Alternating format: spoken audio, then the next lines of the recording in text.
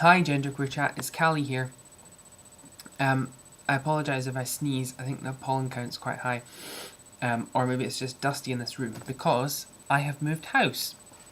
I've moved into a new flat and it's really nice. It has a view of the sea, which is brilliant. I can see the beach from my bedroom window if I kind of, make an effort. Yeah, it's really nice. So I'm very pleased, and I've had quite a busy week cleaning up my old flat and moving everything here. But it's all done now. And so I'm ready to make my GenderqueerChat video for today, Saturday, which is about style and genderqueerness.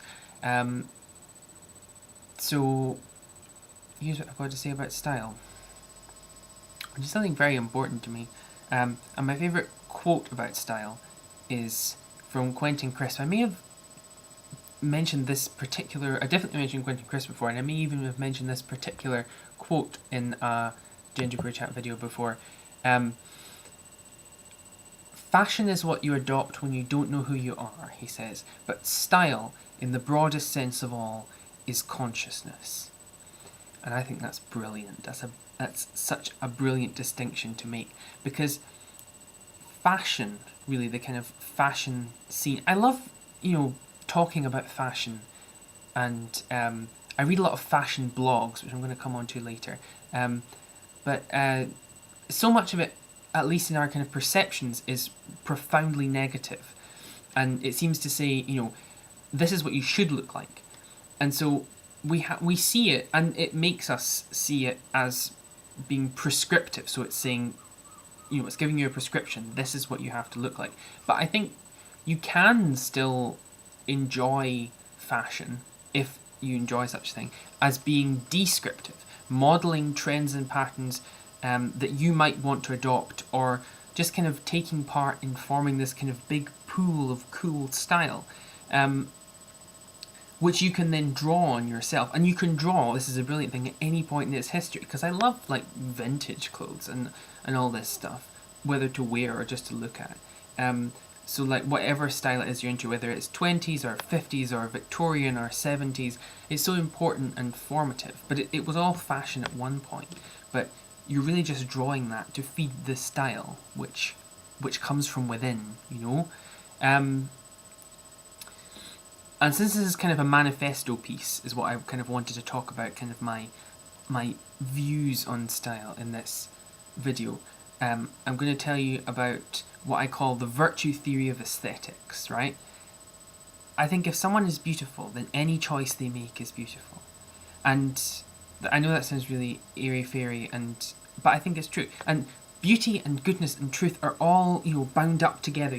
There's inner balance and goodness and niceness after even a little while of knowing something rise to the surface.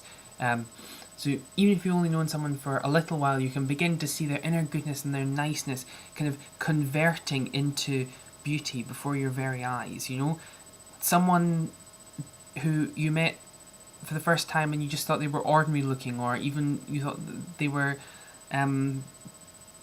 what's the nice way of saying it, funny looking.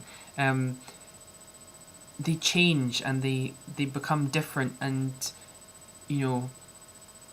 you see what there is to see in them, because beauty isn't something that's there or it isn't. It's a more complex quality, and it comes out of you in that way. And of course, all that is particularly relevant for those of us who are differently gendered, but really for outlaws and oddballs in general. So if we're not conventionally attractive, or for one of the two binary genders that convention puts us into, then mainstream and commercial fashion is likely to have little to say to us.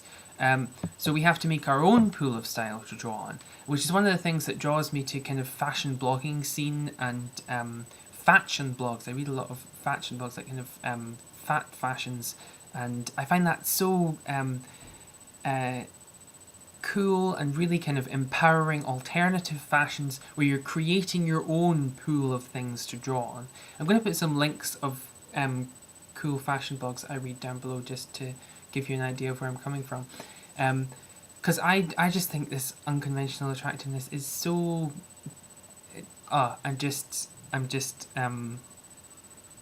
This is what I like. It's one of the great consolations of life that the internet provides, I think. And the thing is, someone else's style is not about me, and my style is not about someone else. It's not about dressing to impress. If I know the person I've been nursing this huge crush on is going to be at a party I'm going to, then I'll be thinking about that when I get dressed, no question. But I'm not going to be thinking, what would so-and-so like me to be wearing? What would so-and-so like me in? I'm thinking, I better get my style just perfect. I'm going to get dressed up to the nines, but the only guide I have for that is what I want myself to look like. I'm going to get my style, to the surface and project it from inside me to the surface and project it into the outside world, and that is what I have to do. So I know that if I enjoy what I look like, then it doesn't matter if anyone else enjoys what I look like, because it is who I am.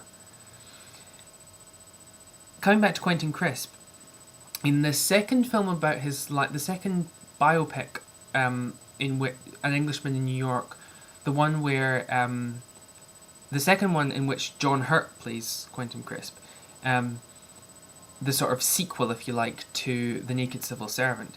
It's called An Englishman in New York, and there's a scene where Quentin Crisp, shortly after his arrival in Manhattan, is walking down a Manhattan street in his makeup and fedora and floral scarf, and he passes a drag queen who turns around and says admiringly, "Honey, you got it all on today."